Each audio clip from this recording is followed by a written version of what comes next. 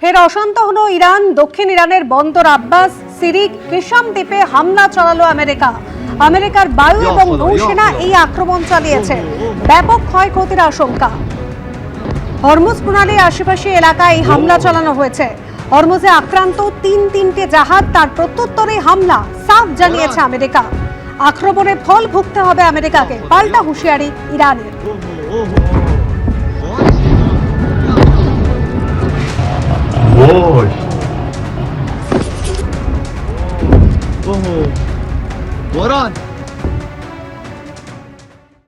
আজ বালিগঞ্জ ফাঁড়ি থেকে হাজরা মোড় পর্যন্ত মিছিল করতে পারবে কালীঘাট তৃণমূলের ছাত্র ও যুব সংগঠন। শর্ত সাপেক্ষে অনুমতি দিল কলকাতা হাইকোর্ট। রায় দিতে গিয়ে বিরোধী দলনেতা থাকাকালীন শুভেন্দু অধিকারীর করা মামলার কথা মনে করিয়ে দিলেন বিচারপতি সৌগত ভট্টাচার্য। বারুইপুরে নাবালিকাকে খুনের ঘটনার প্রতিবাদে সোমবার মোমবাতি হাতে রাস্তায় নামতে দেখা গেছে প্রাক্তন মুখ্যমন্ত্রী মমতা বন্দ্যোপাধ্যায়কে। এই আবহে কালীঘাট তৃণমূলের ছাত্র ও যুব সংগঠনকে শর্ত সাপেক্ষে মিছিলের অনুমতি দিল কলকাতা হাইকোর্ট।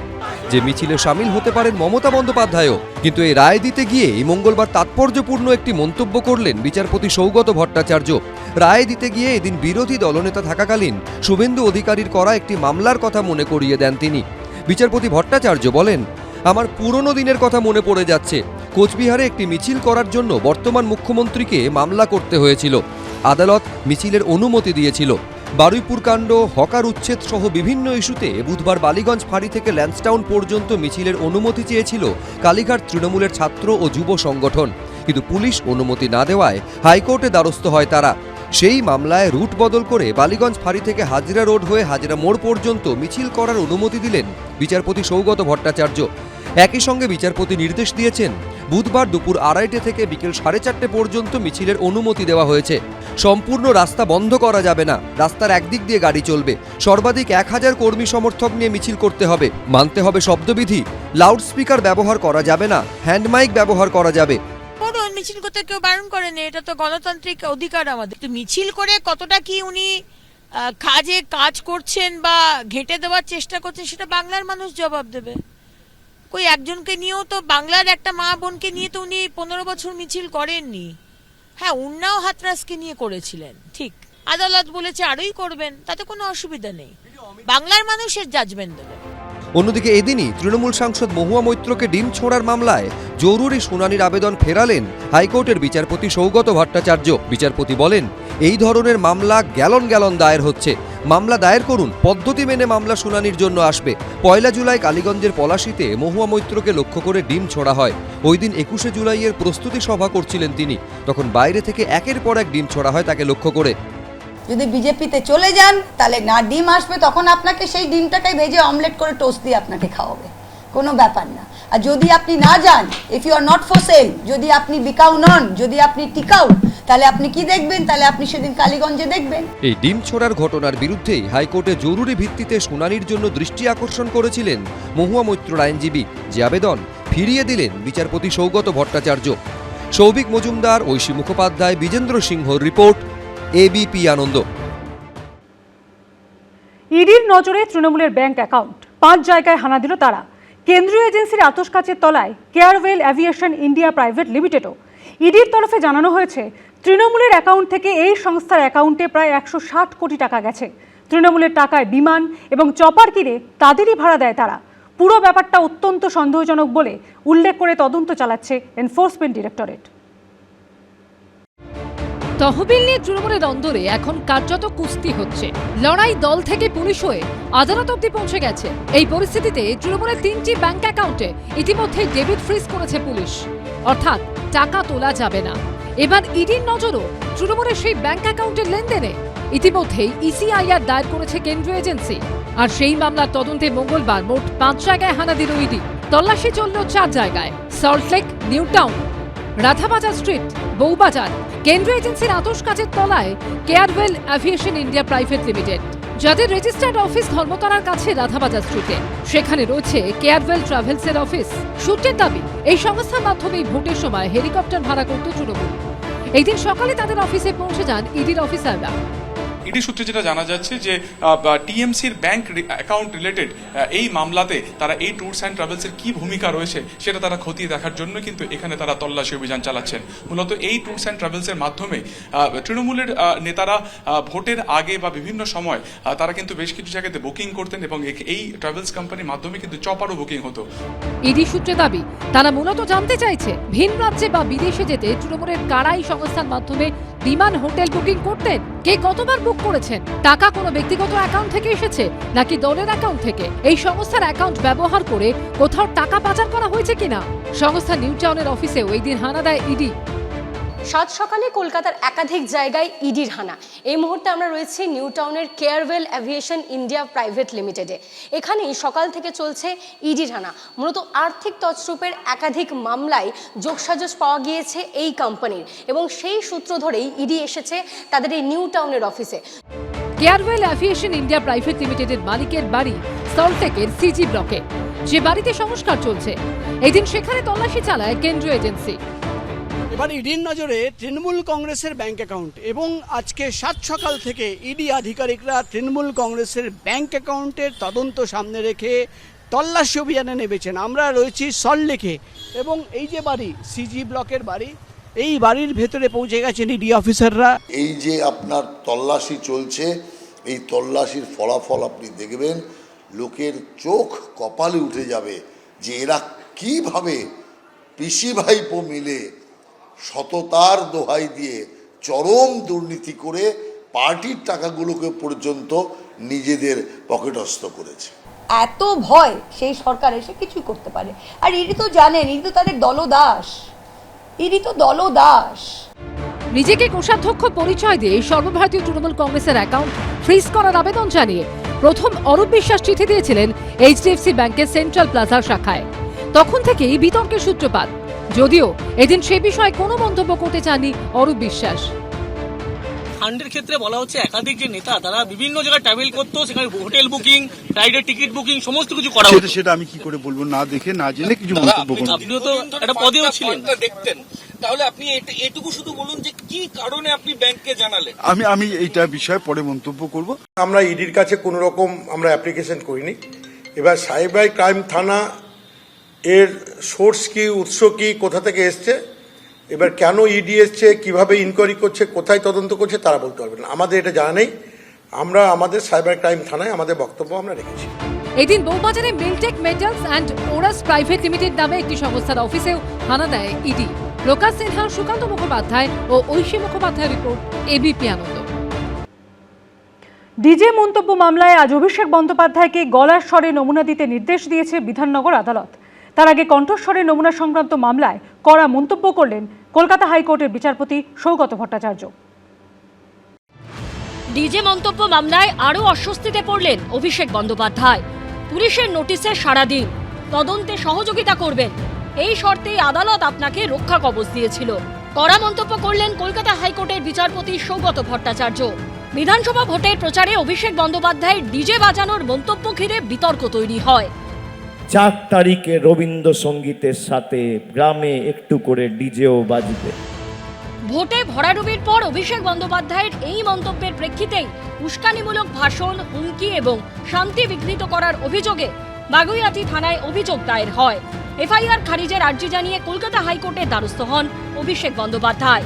তার আবেদনের ভিত্তিতে 21 মে বিচারপতি সৌগত ভট্টাচার্য বলেন, একজন সর্বভারতীয় দলের সাধারণ সম্পাদক যদি এই ধরনের মন্তব্য করেন তাহলে চিন্তা করে দেখুন ভোটের ফল অন্যরকম হলে কি হতো। তদন্তে সহযোগিতা করতে হবে তৃণমূল সাংসদকে। এরপরই কলকাতা হাইকোর্ট নির্দেশ দেয়, আদালতের নির্দেশ ছাড়া অভিষেক বন্দ্যোপাধ্যায়ের বিরুদ্ধে কড়া পদক্ষেপ করবে না পুলিশ। 30শে জুলাই বা পরবর্তী নির্দেশ না দেওয়া পর্যন্ত বহাল থাকবে রক্ষা কবচ। এরই মধ্যে অভিষেক বন্দ্যোপাধ্যায়কে গলার স্বরের নমুনা দিতে নির্দেশ দিয়ে সময় বেঁধে দেয় বিধাননগর আদালত। হাজিরা না দিয়ে সেই নির্দেশ চ্যালেঞ্জ করে ফের কলকাতা হাইকোর্টে যান তৃণমূল সাংসদ। সেখানেও জোর ধাক্কা খান অভিষেক বন্দ্যোপাধ্যায়।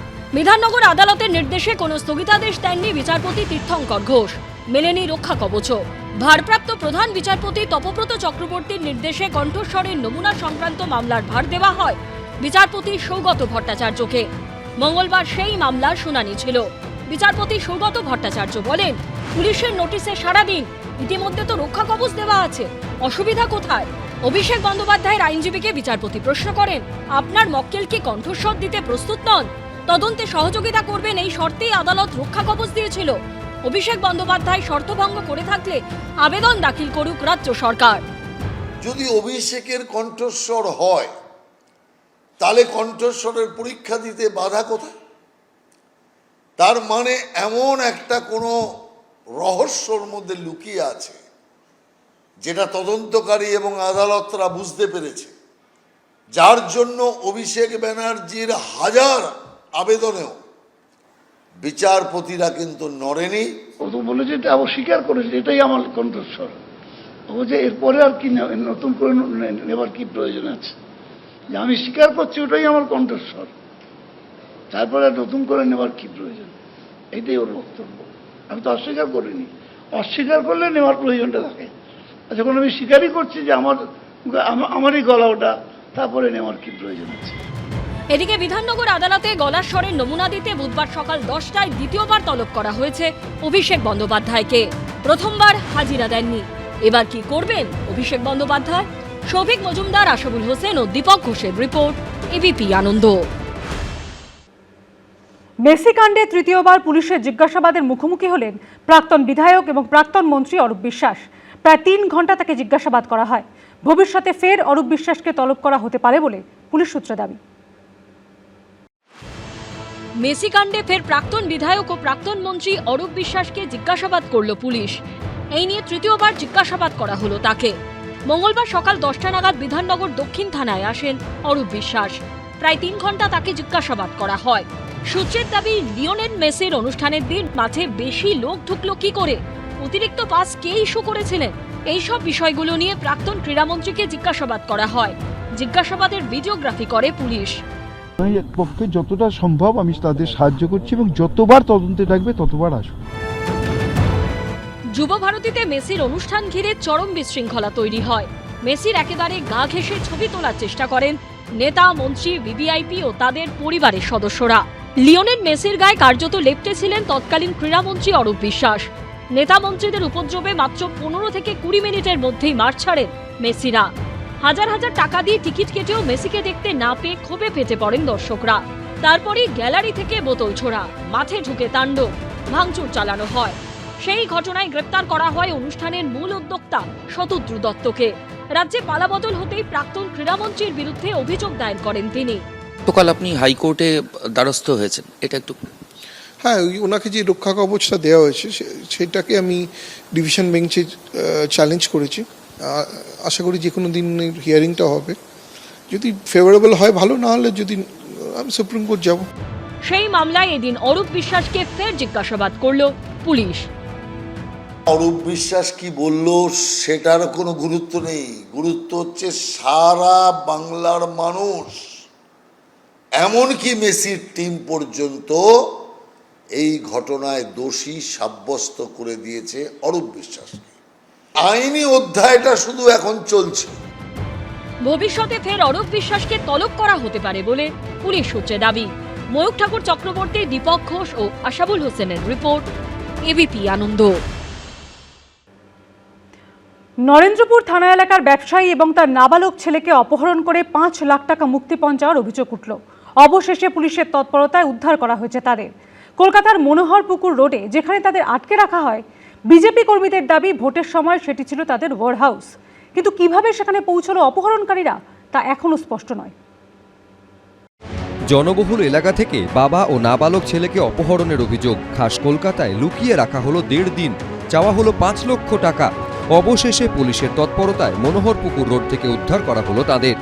নরেন্দ্রপুর এলাকা থেকে বাবা ও ছেলেকে অপহরণ করে মনোহরপুকুর রোডে নিয়ে এসে একেবারে আটকে রাখার অভিযোগ। পুলিশ আসে, এমনকি সেই টাকা নিয়ে আসছে, সেই টোপ দেয় এবং টোপ দেওয়ার পর রবীন্দ্র সরোবর থানা এলাকার এই যে জায়গা, সেখানে নরেন্দ্রপুর থানা পুলিশ হানা দেয়। পুলিশ জানিয়েছে, নরেন্দ্রপুর থানা এলাকার বাসিন্দা, পেশায় ব্যবসায়ী ও তার 17 বছরের ছেলেকে শনিবার অপহরণ করা হয়। পরিবারের কাছে 5 লক্ষ টাকা মুক্তিপণ চেয়ে ফোন যায়। নরেন্দ্রপুর থানায় বিষয়টি জানান ব্যবসায়ীর স্ত্রী। পুলিশ সূত্রে খবর, এরই মধ্যে ব্যবসায়ীর ছেলের ফোন থেকে বাড়িতে ভিডিও কল করা হয়। নাবালক পুত্র জানায় তাদের মারধর করা হচ্ছে, দ্রুত মুক্তিপণ পৌঁছে দেওয়ার জন্য চাপ দেওয়া হয়। দেশপ্রিয় পার্কের কাছে কোনো এক জায়গার কথা জানায় অপহরণকারীরা, যেখানে যত দ্রুত সম্ভব মুক্তিপণের 5 লক্ষ টাকা পৌঁছে দিতে বলা হয়। পুলিশ সূত্রে খবর, এরপর পুলিশের পরামর্শ মতো সেখানে পৌঁছন ব্যবসায়ীর স্ত্রী। আড়াল থেকে সাদা পোশাকে পুরো বিষয়টা নজর রাখছিল পুলিশও। অপহরণকারীদের বলে দেওয়া ঠিকানায় পৌঁছতেই সেখানে হানা দিয়ে সুশান্ত নাথ, বিষ্ণু দাস ও সানি গুপ্ত 3 জনকে ধরে ফেলে পুলিশ। এই যে জায়গা দেখা যাচ্ছে এই শাটার নামানো অবস্থায় রয়েছে, এর ভেতরে একেবারে বাবা ও ছেলেকে, নাবালক ছেলে 17 বছরের, জোর করে নিয়ে এসে আটকে রাখার অভিযোগ 24 ঘন্টার ধরে, এবং মারধর করারও অভিযোগ। দেখা যায় যে শাটার খুলে যখন পুলিশ দেখতে পায় যে ভেতরে বাবা ও ছেলেকে আটকে রাখা হয়েছে। যেখান থেকে উদ্ধার করা হয়েছে বাবা ছেলেকে, তার বাইরে লাগানো রয়েছে বিজেপির পতাকা। বিজেপির দাবি, ভোটের সময় এটা ছিল তাদের ওয়ার রুম, এখানে রাখা থাকতো পতাকা, টেবিল, চেয়ার। এখানটা তো ওয়্যার হাউস, যতদূর জানা আছে এখানে পতাকা, চেয়ার, টেবিল এইসবই রাখা হতো। তো এখানে কোথা থেকে এই ব্যাপারগুলো উঠে এলো, এগুলো তো আমরা আশ্চর্য একদমই। সেটা এখন বলাটা মুশকিল, হয়তো ভেঙে ঢুকেছে বা ডুপ্লিকেট চাবি বানিয়েছে, কিভাবে করেছে সেটা বলা খুবই মুশকিল। না, বিজেপির তো এরা সংগঠনের কেউই নয়, কোনোদিনই ছিল না। অপহরণের অভিযোগে ধৃত 3 যুবককে মঙ্গলবার বারুইপুর মহকুমা আদালতে তোলা হলে 10ই জুলাই পর্যন্ত জেল হেফাজতে নির্দেশ দিয়েছেন বিচারক। পার্থপ্রতিম ঘোষ, রঞ্জিত হালদার, এবিপি আনন্দ। এবিপি আনন্দ, এগিয়ে থাকে, এগিয়ে রাখে।